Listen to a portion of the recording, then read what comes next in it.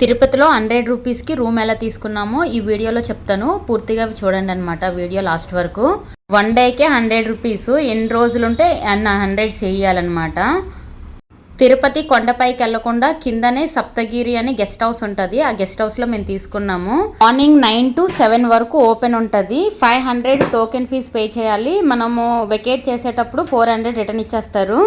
Night 7 అన్నారు కానీ మేము 8:30 అయిపోయింది. అప్పటికి ఓపెన్ ఉంది. మేము లక్కీగా వెళ్ళామన్నమాట. ఆ టైంలో ఫ్రీగానే ఉంటే మేము తీసుకున్నాము రూము టోకెన్. 500 పే చేసాము. మన ఫోన్ నెంబర్ అది తీసుకుంటారు కదా, రిటర్న్ అయితే వాళ్ళు 400 మన అకౌంట్లో వేసేస్తారు. మనం వెకేట్ చేసి కీస్ ఇస్తాం కదా, అప్పుడు మన అకౌంట్లో వేసారు.